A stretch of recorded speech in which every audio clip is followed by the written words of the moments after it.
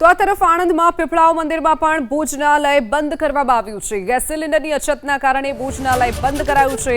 પીપળાવ મંદિરે જે વિનામૂલ્યે ભોજનાલય ચાલતું હતું, કમર્શિયલ ગેસ સિલિન્ડર ન મળતા ભોજન પ્રસાદીની સેવા બંધ કરવાનો નિર્ણય લેવામાં આવ્યો છે। આણંદમાં પીપળાવ મંદિર પણ બંધ કર્યું છે। ભોજનની જે પ્રસાદી મળતી હતી તે ગેસ સિલિન્ડરની અછતના કારણે આ ભોજનાલય બંધ કરવાનો નિર્ણય મંદિર પ્રશાસને લીધો છે।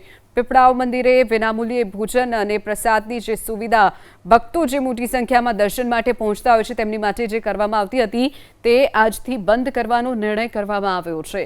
ગેસ સિલિન્ડરની અછતના કારણે આ નિર્ણય મંદિર પ્રશાસને લીધો છે। ગેસ સિલિન્ડરની અછતના કારણે ભોજનાલય પીપળાવ મંદિરમાં પણ બંધ કરવામાં આવ્યું છે।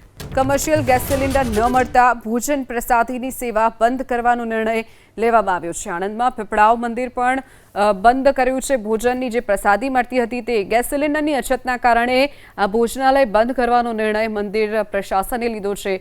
પીપળાવ મંદિરે વિનામૂલ્યે ભોજન અને પ્રસાદની જે સુવિધા ભક્તો જે મોટી સંખ્યામાં દર્શન માટે પહોંચતા હોય છે તેમની માટે જે કરવામાં આવતી હતી તે આજથી બંધ કરવાનો નિર્ણય કરવામાં આવ્યો છે।